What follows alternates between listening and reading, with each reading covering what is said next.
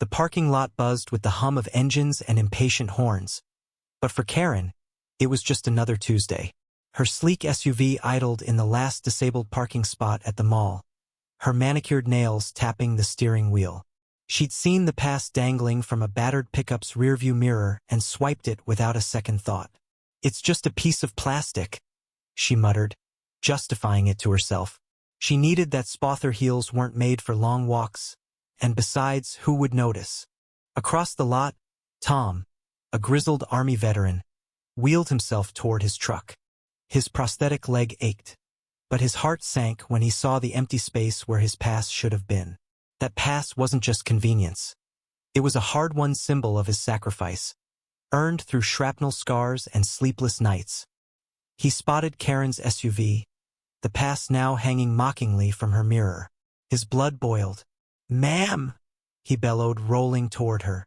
"That's mine." Karen stepped out, her designer purse swinging. "Finders, keepers," she snapped, tossing her hair. "You don't look disabled." The words hit Tom like a slap. His hands shook as he gripped his wheelchair, memories of roadside bombs flashing in his mind. A crowd began to form, phones out, capturing every venomous word. Karen doubled down, her voice rising. "Maybe you're faking it for benefits," she sneered, oblivious to the growing murmurs of disgust around her. Tom's voice cracked with fury. "I lost my leg for this country, lady. You don't get to steal that." A tow truck driver, alerted by a bystander, pulled up, his radio crackling with a report of stolen property. Karen scoffed, assuming her charm would smooth things over. But the driver wasn't swayed. "That pass is registered," he said, checking his tablet. "You're looking at a felony." Karen's smirk faded as the crowd's whispers turned to jeers.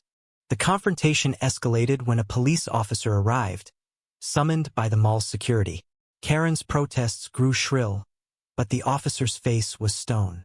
"Ma'am, stealing a disabled veteran's parking pass is serious. You're facing a $50,000 fine, and your vehicle's being towed." Karen's jaw dropped, her SUV already being hooked up. The crowd erupted, some cheering, others shaking their heads. Tom sat silently, his anger giving way to a hollow ache. He didn't want her ruin, just his dignity back. As Karen's SUV was hauled away, she stood alone, her defiance crumbling under the weight of her actions. Tom wheeled back to his truck, the pass returned but his heart heavy. The crowd dispersed, but the video was already viral, sparking heated debates online. Was the fine too harsh? Was justice served? For Tom, it wasn't about the money or the tow, it was about respect. Something Karen's selfishness had shattered. The bitter truth lingered.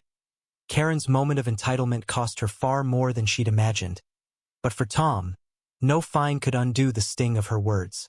The parking lot, now quiet, held the echo of a lesson too many learn: too late actions have consequences, and some wounds cut deeper than any penalty. What do you think? Was the punishment fair, or did it go too far? Share your thoughts on justice and accountability in our communities.